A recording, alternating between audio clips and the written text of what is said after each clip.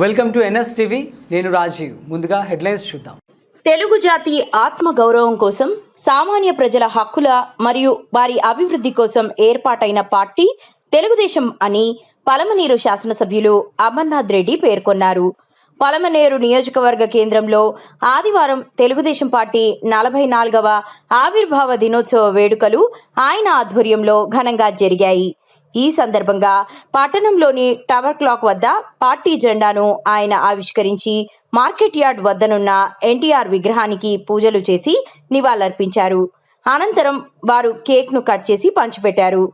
తదనంతరం అన్నదాన కార్యక్రమాన్ని నిర్వహించిన ఆయన మీడియాతో మాట్లాడుతూ 1982లో ఒక కొత్త రాజకీయ ఉద్యమానికి ఎన్టీఆర్ నాంది పలికారన్నారు.